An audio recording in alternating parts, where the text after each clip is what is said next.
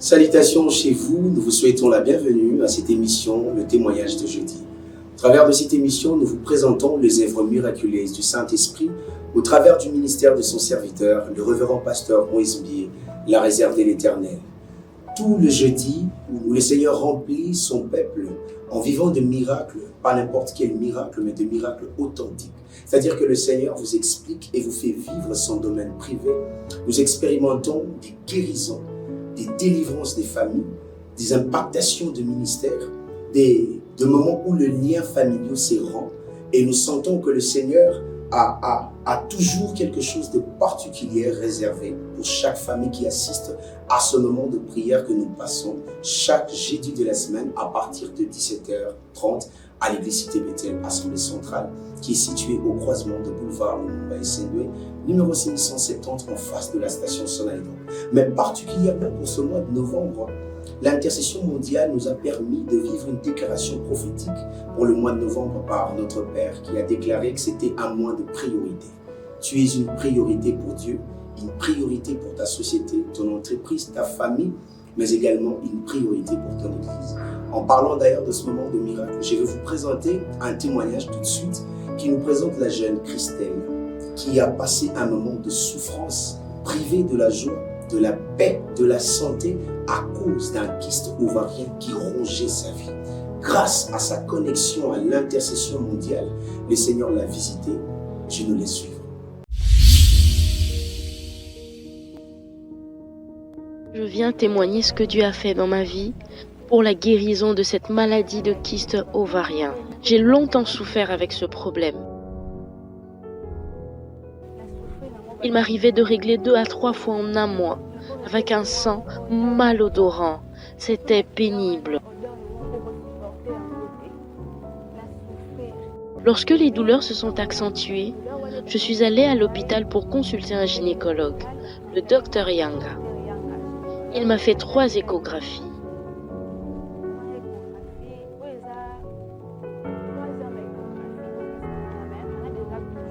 Le médecin m'a dit qu'avant qu'il ne me prescrive des médicaments, il devrait voir l'évolution de la maladie. L'échographie montrait la présence d'un kyste au niveau de l'ovaire. Alors le médecin m'a prescrit ces médicaments-ci à prendre pendant 21 jours afin d'atténuer les douleurs que je ressentais.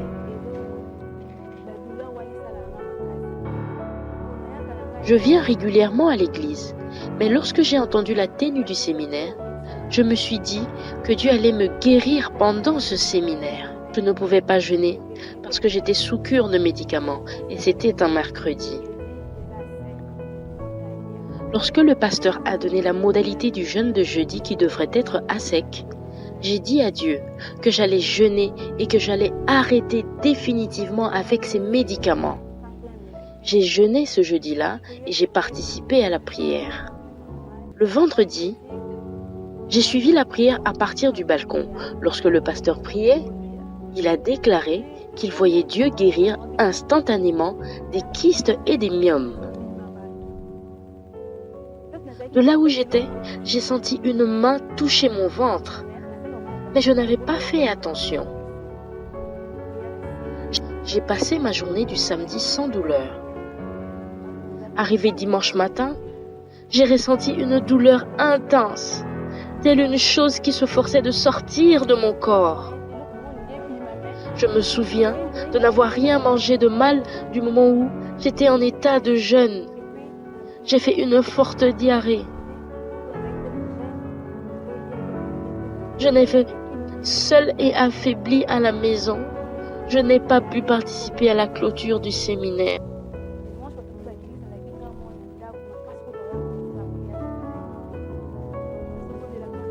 Je ne cessais de demander à Dieu l'origine de ce qui m'arrivait.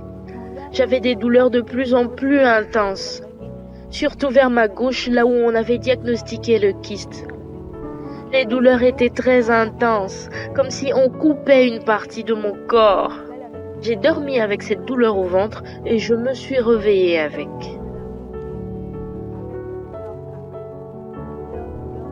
Je me suis allongée un moment par terre, ventre contre le sol.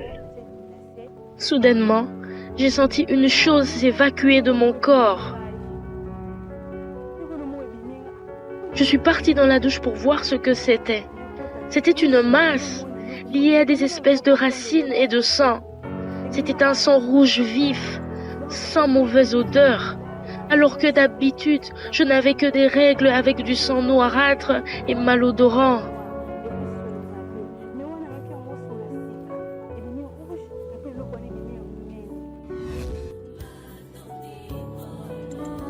J'ai senti un soulagement, tel que j'étais avant que cette maladie ne commence dans ma vie.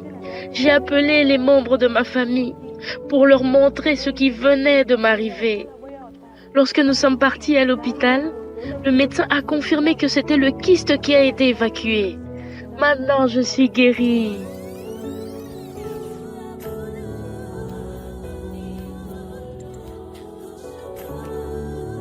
Et pour la première fois, j'ai vu mes règles normalement, comme avant. C'est pourquoi je suis venue rendre grâce à Dieu pour ce qu'il a fait dans ma vie.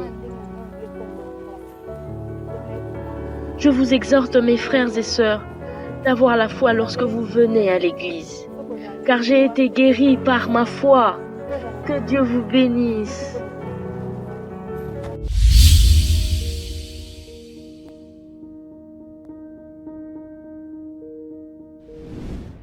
Je ne sais pas moi, mais j'ai envie d'acclamer le miracle authentique de Dieu à une jeune fille qui a vécu le miracle de Dieu. Vous avez tout suivi. Et là, nous pousse encore à croire et à nous donner les raisons pour lesquelles nous devrions être présents à ce moment d'intercession mondiale. D'ailleurs, je parlais tout à l'heure de spécial mois de novembre. Je rappelle qu'il y a un programme que nous avons commencé avec le révérend pasteur Moïse B, la réserve de l'Éternel, le mercredi passé, le mercredi dès novembre. C'est presque tous les mercredis du mois de novembre. Le mercredi à partir de 23h juste, à minuit juste. Nous passons en tête à tête avec le révérend pasteur Moïse B. Il n'y a pas de barrière où vous pouvez dialoguer directement avec lui. Vous écrivez vos intentions de prière, vous envoyez vos requêtes de prière et il répond, il prie directement avec vous. Vous pouvez également le joindre par le numéro de téléphone qui s'affiche d'ailleurs au bas de vos écrans. Ce numéro vous permet d'être en connexion permanente avec son cabinet. Et là, j'ai envie de vous inviter à vivre encore un autre témoignage qui va booster votre foi.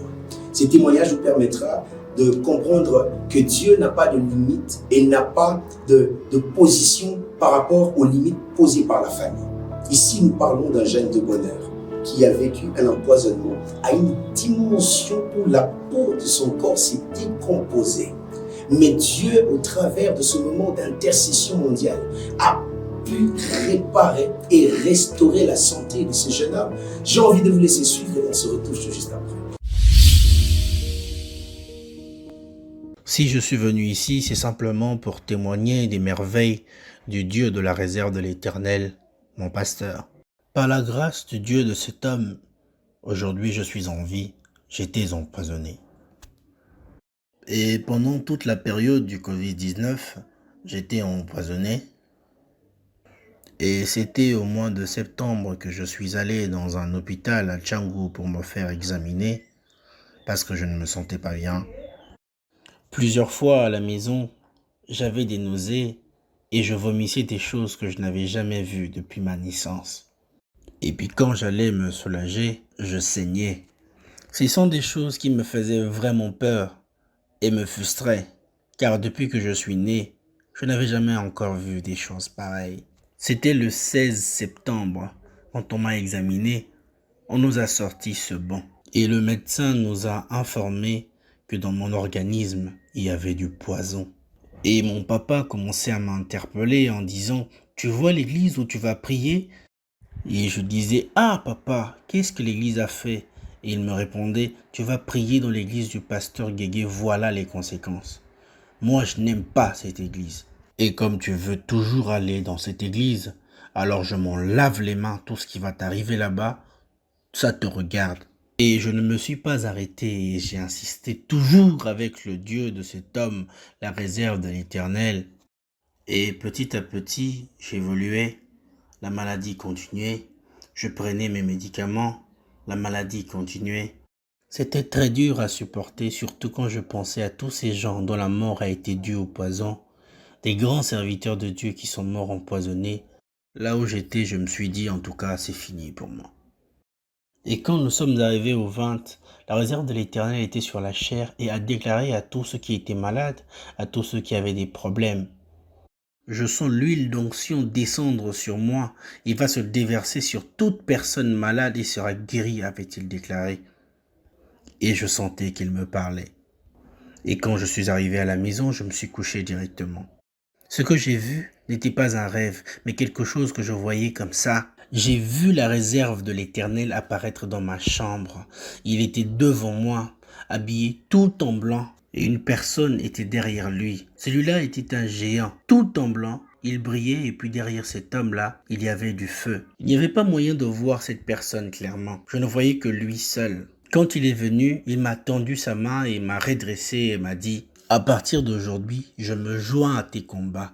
Tes combats seront mes combats. Et à l'église, il avait dit: je me joins à tous les combats de ta famille. Faites de moi un des membres de votre famille. Si vous étiez 8, je serai le 9e. Et quand je me suis réveillé le matin, j'ai commencé à vomir des choses que je n'avais jamais vues avant. Et quand je suis venu à l'église, je me sentais calme. Je me sentais bien. Et le 23, alors, je suis rentré à la maison. Moi, j'ai un régime strict à cause de ma maladie. Mais ce jour-là, j'ai mangé tout ce que le médecin m'avait interdit sans qu'il y ait la moindre conséquence. Mais ce jour-là, tout était différent. Alors j'ai dit à mon papa: papa, je me sens bien.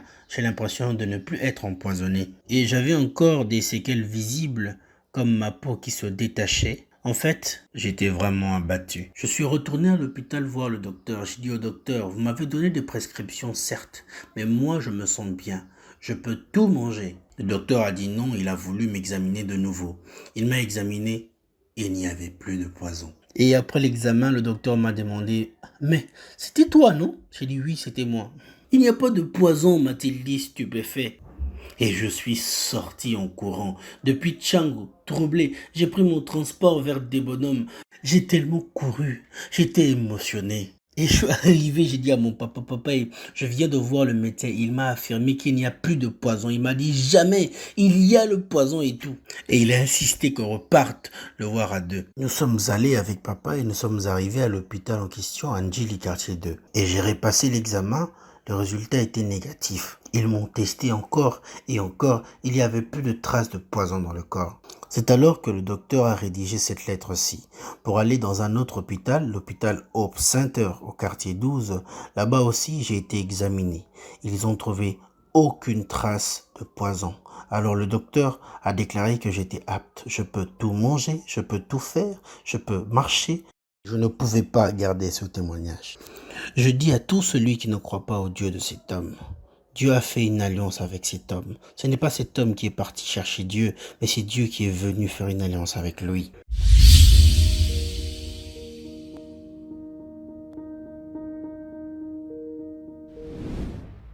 Voilà, comme tu viens de le suivre, vous venez de voir comment est-ce que le Seigneur a opéré. Je sens la joie monter parce que c'est une saison où Dieu fait de nous des priorités.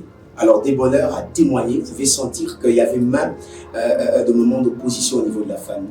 Les parents ont murmuré par rapport à cela, mais parce que sa foi était attachée à ces cultes spéciales d'intercession mondiale, Dieu savait que c'était un programme initié pour ramener les autres dans le plan initial de Dieu. Et moi, je pense que tu es de cette catégorie où Dieu va visiter. Alors, je t'invite déjà tous les jeudis de ce mois de novembre à partir de 17h30 à l'église Cité Bethel, ça sera en présentiel, nous serons là. Nous allons vivre des moments particuliers avec son serviteur, le révérend pasteur Moïse Mbi.